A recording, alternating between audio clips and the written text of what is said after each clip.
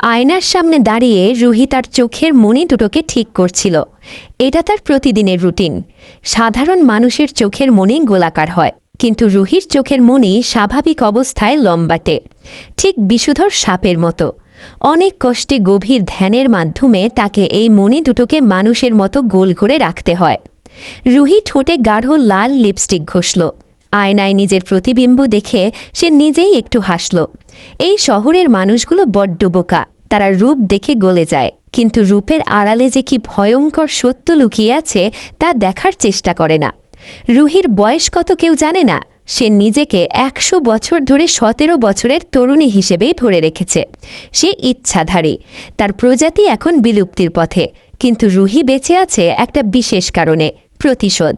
তবে সে নির্বিচারে মারে না, সে বেছে বেছে সেই সব পুরুষদের টার্গেট করে যারা নারীদের শুধুই ভোগের বস্তু মনে করে। আজকের টার্গেট ভিকি, পুরো নাম ভিক্টর চৌধুরী। পাপের টাকার গরমে মাটিতে পা পড়ে না, শহরের নামী বাইকার গ্যাংয়ের লিডার। রুহির কাছে খবর আছে ভিকি চ্যালেঞ্জ করেছে তার বন্ধুদের সাথে আজ রাতের মধ্যেই সে রুহিকে তার বিছানায় নিয়ে যাবে। রুহি হ্যান্ডব্যাগটা নিল। ব্যাগের ভেতর কোনো মেকআপ বক্স নেই, আছে ছোট একটা কাচের শিশি, তাতে ভরা নীল রঙের তরল। সে শিশিটা ব্যাগের গোপন পকেটে রেখে ফ্ল্যাট থেকে বেরিয়ে এলো। লিফটে নামতে নামতে সে বিড়বিড় করে বলল, ভিকি, আজ তোমার জীবনের শেষ রাইড।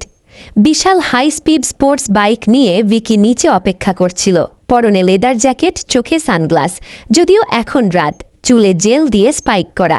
রুহিকে গেট দিয়ে বের হতে দেখেই সে সিটি বাজালো। উফ বেবি, তোমাকে যা লাগছে না, মনে হচ্ছে আসমান থেকে হুড় নেমে আসছে। আসো, উঠে পড়ো।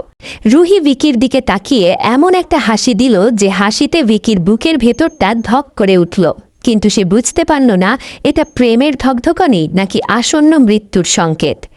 রুহি বাইকের পেছনে বসল। ভিকি বলল, আজ তোমাকে এমন জায়গায় নিয়ে যাব যেখানে চাঁদ আর আমরা ছাড়া কেউ থাকবে না। পূর্বাচলের শেষ মাথায় আমার বাবার একটা বাগান বাড়ি আছে। Long drive baby. বাইক গর্জন করে ছুটে চলল 300 হাইওয়ে দিয়ে। বাতাসের গতিতে রুহির চুল উঠছে। ভিকি ইচ্ছে করেই মাঝে মাঝে ব্রেক কষছে যাতে রুহি তাকে শক্ত করে জড়িয়ে ধরে। রুহি ধরলও, কিন্তু ভিকি খেয়াল করল না রুহির হাতের চাপটা স্বাভাবিকের চেয়ে অনেক বেশি শক্ত, যেন কোনো অ্যানাকন্ডার সাপ তাকে পেঁচিয়ে ধরছে। ভিকির পাঁজরের হাড়গুলো মরমর করে উঠল একবার। ভিকি মনে মনে ভাবল, মেয়েটা তো দেখি হেভি ডেসপারেট, আজ কাজ হয়ে যাবে। শহর ছাড়িয়ে বাইকটা যখন নির্জন বাগানবাড়ির রাস্তায় ঢুকল তখন চারপাশ ঘুটঘুটে অন্ধকার। আকাশে পূর্ণিমার বিশাল চাঁদ। এই চাঁদের আলো রুহির শরীরে অদ্ভুত এক শিহরণ জাগাচ্ছে, তার চামড়ার নিচে সুরসুর করছে। সে জানে তার রূপান্তরের সময় হয়ে এসেছে। বাগানবাড়িটা বিশাল কিন্তু জনমানবহীন। ভিকি বাইক থামিয়ে বলল, এসে গেছি জান, চলো ভেতরে চলো। রুহি বাইকের থেকে নামল না, সে বাইকে বসেই আকাশের দিকে তাকিয়ে বলল, ভিকি, তুমি কি জানো আজ কি তিথি? ভিকি একটু অবাক হয়ে বলল, তিথি দিয়ে কি করব? আজ তো রোম্যান্স ডে, আসো না। সে রুহির হাত ধরতে গেল। রুহি হাতটা সরিয়ে নিল।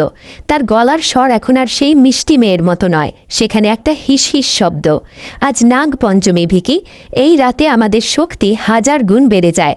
ভিকি হেসে উঠল, কী সব আবোল তাবোল বলছো? তুমি কি সিরিয়াল দেখো নাকি? আসো তো। সে জোর করে রুহির হাত ধরে টান দিল, আর ঠিক তখনই ভিকি ছিটকে 3 হাত দূরে গিয়ে পড়ল। রুহি তাকে ধাক্কা দেয়নি, শুধু হাতটা ঝাড়া দিয়েছে। ভিকি বিশ্বাস করতে পারল না একটা স্লিম মেয়ের গায়ে এত জোর হতে পারে। ভিকি মাটি থেকে উঠতে উঠতে ধমক দিল, এই মেয়ে, ভাব নিচ্ছ? টাকা চাও? কত টাকা লাগবে বলো?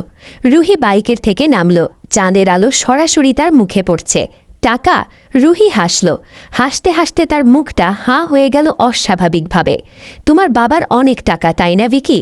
সেই টাকার গরমে তুমি এ পর্যন্ত 7টা মেয়ের জীবন নষ্ট করেছ, তাদের ব্ল্যাকমেল করেছ। আজ তোমার হিসাব চুকানোর পালা। ভিকি দেখল রুহির গায়ের ফর্সা চামড়া কেমন যেন সবুজ হয়ে যাচ্ছে। তার সুন্দর মসৃণ ত্বক ফেটে গিয়ে সেখানে মাছের আঁশের মতো কিছু একটা গজাচ্ছে। রুহির চোখ দুটোর দিকে তাকিয়ে ভিকির রক্ত হিম হয়ে গেল। ওগুলো মানুষের চোখ নয়, ওগুলো জলজলে করা হলুদ রঙের সাপের চোখ। চোখের মণি দুটো লম্বালম্বি। ভিকি চিৎকার করতে চাইল, কিন্তু তার গলা দিয়ে আওয়াজ বের হলো না। সে দেখল রুহির পায়ের নিচে কোনো পা নেই। তার শাড়ির নিচ থেকে বেরিয়ে আসছে বিশাল এক মোটা লেজ। রুহি মানুষ নয়, সে এক বিশাল নাগিন। ভিকি লেদার জ্যাকেটের পকেট থেকে তার দামি সুইচ গিয়ার চাকুটা বের করল। ভয়ে কাঁপতে কাঁপতে বলল, কাছে আসবি না, আমি আমি মেরে ফেলবো তোকে। রুহি নাগিন রূপী রুহি খিক খিক করে হাসল। সেই হাসির শব্দে বাগানি বাড়ির গাছের পাখিরা ভয়ে ডানা ঝাপটাতে শুরু করল। আমাকে মারবি লোহা দিয়ে? বোকা ছেলে। রুহি তার লেজ দিয়ে এক ঝাপটা দিল। বিকির হাতের চাকু উড়ে গিয়ে অন্ধকারের কোথায় হারিয়ে গেল। বিকি দৌড়াতে চাইল, কিন্তু তার পা যেন মাটির সাথে গেঁথে গেছে। রুহি একে বেঁকে এগিয়ে এলো বিকির দিকে। তার জিভটা এখন দ্বিখণ্ডিত, বারবার মুখের বাইরে বেরিয়ে আসছে। ভিকি মাটিতে বসে পড়ে হাত জোর করল। আমাকে মেরো না প্লিজ, আমি আর কোনো মেয়ের দিকে তাকাবো না, আমি সব টাকা দিয়ে দেব, আমাকে ছেড়ে দাও। প্যান্ট ভিজে গেছে ভিকির। শহরের ত্রাস ভিক্টর চৌধুরী এখন ভিজে বিড়ালের মতো কাঁপছে। রুহি তার সাপের অর্ধেক শরীর নিয়ে ভিকির সামনে ফনা তুলে দাঁড়ালো। তারপর ধীরে ধীরে আবার মানুষের রূপ নিতে শুরু করল, কিন্তু তার চোখ দুটো সাপেরই রয়ে গেল।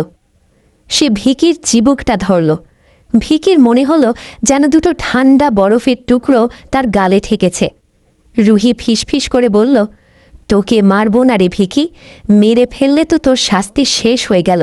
তোকে এমন এক জীবন দেব যেখানে তুই বেঁচে থাকবি, কিন্তু তোর এই শয়তানি বুদ্ধি আর থাকবে না। রুহি তার ঠোঁট ভিকির মুখের খুব কাছে নিয়ে এলো। ভিকি ভাবল রুহি তাকে কামড় দেবে। সে চোখ বন্ধ করে ফেলল, কিন্তু রুহি কামড় দিল না। সে তার মুখ থেকে নীল রঙের এক ধোঁয়া ভিকির নাকে মুখে ফু দিয়ে ঢুকিয়ে দিল। একটা মিষ্টি কিন্তু কড়া গন্ধে ভিকির মাথা ঝিমঝিম করে উঠল। মনে হলো তার মস্তিষ্কের ভেতরে সব স্মৃতি, সব অহংকার, সব শয়তানি বুদ্ধি কেউ ইরেজার দিয়ে মুছে দিচ্ছে। ভিকি ঢলে পড়ল মাটিতে। রুহি তার দিকে তাকিয়ে রইল কিছুক্ষণ। তারপর নিজের শাড়ি ঠিক করে চুলগুলো ঝেড়ে আবার সেই সাধারণ মডার্ন মেয়ে হয়ে গেল। সে ভিকির পকেট থেকে ফোনটা বের করে রাস্তায় ফেলে দিল। তারপর বাইকের চাবিটা নর্দমায় ছুঁড়ে ফেলে হাঁটা দিল হাইওয়ের দিকে। পরদিন সকালে পূর্বাচলের রাস্তায় মর্নিং ওয়াকে বের হওয়া লোকজন এক অদ্ভুত দৃশ্য দেখল। রাস্তার পাশে ঘাসের ওপর বসে আছে এক যুবক, দামি লেদার জ্যাকেট পরা, কিন্তু তার আচরণ অদ্ভুত। সে রাস্তার ধুলো দিয়ে ঘর বানাচ্ছে আর একা একা কথা বলছে।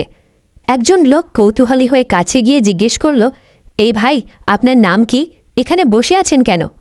যুবকটি ভিকি মুখ তুলে তাকালো। তার চোখে সেই ক্রূরতা নেই, সেই অহংকার নেই, আছে শিশুর মতো সরলতা। সে ফিক করে হেসে বলল, আমি বাবু, আমি গাড়ি চালাবো, ভুম ভুম। সে পকেট থেকে একটা কাল্পনিক গাড়ি বের করে বাতাসে চালাতে লাগলো। লোকটি অবাক হয়ে বলল, বাড়ি কোথায় আপনার? ভিকি আঙুল চুষতে চুষতে বলল, জানি না তো, আমার খিদে পেয়েছে, চিপস খাবো। ভিকির বাবা শহরের কোটিপতি ব্যবসায়ী চৌধুরী সাহেব এসে যখন ছেলেকে উদ্ধার করলেন, তখন ডাক্তাররা জানালেন ভিকির ব্রেনের এমআরআই রিপোর্ট নর্মাল, কিন্তু তার মেন্টাল এজ বা মানসিক বয়স এখন 5 বছরের বাচ্চার মতো। কোনো ওষুধে এটা ঠিক হবে না। তার মেমোরি সম্পূর্ণ ইরেজ হয়ে গেছে। সে এখন একটা বড় সড় শিশু। শহরের এক ক্যাফেতে বসে টিভিতে এই নিউজটা দেখছিল রুহি। ব্রেকিং নিউজে দেখাচ্ছে তরুণ সমাজসেবকের রহস্যজনক স্মৃতিভ্রম। রুহি কফিতে চুমুক দিল। তার পাশের টেবিলে একদল ছেলে একটা মেয়েকে নিয়ে অশ্লীল মন্তব্য করছিল। রুহি আর চোখে সেদিকে তাকালো। তার চোখের মণিটা মুহূর্তের জন্য সাপের মতো সরু হয়ে গেল। সে মনে মনে বলল, খেলা তো সবে শুরু, দেখি পরের টার্গেট কে হয়।